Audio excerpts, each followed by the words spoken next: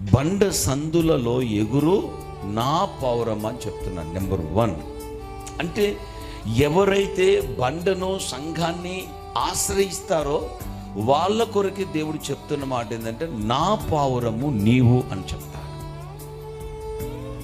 ఎగరడము అంటే అర్థమైందంటే తెలిసిన అన్ని సంతోషం ఉన్నవాడే ఎగురుతాడు. అనగా మనకి ఈ లోకములో ఏమి ఉన్నను లేకపోయినను దేవుని సన్నిధిలో సంతోషించడం నేర్చుకోవాలి. పౌలు అంటాడు కదా, ఆనందించుడి, మరలా చెప్తాను ఆనందించుడి.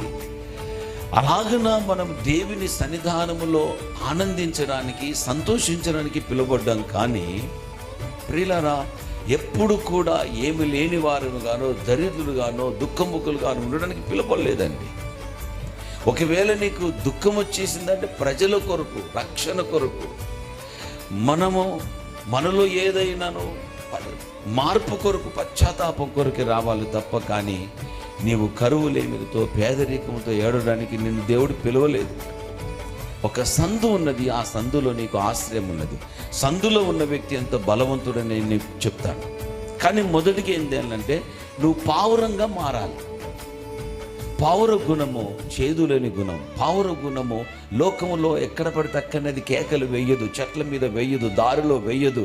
ప్రియులారా, అది కేక ఎక్కడ పడితే అక్కడ వేయదు. అది వచ్చి తన గూడి స్థలములోకి వచ్చేసి అక్కడ మాత్రమే తిరుగుతూ మూలుగడము. అది కేకలు కూడా వేయదండి, మూలుగుతూ ఉంటుంది. దాని స్వరము గద్గద స్వరం.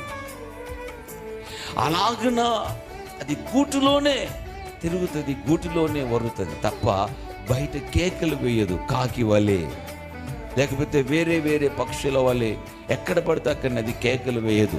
అందుకనే పక్షులన్నీ వేరు, పావురం వేరు. ఆ పావురం ఎవరంటే భూమి మీద తన సంఘమే.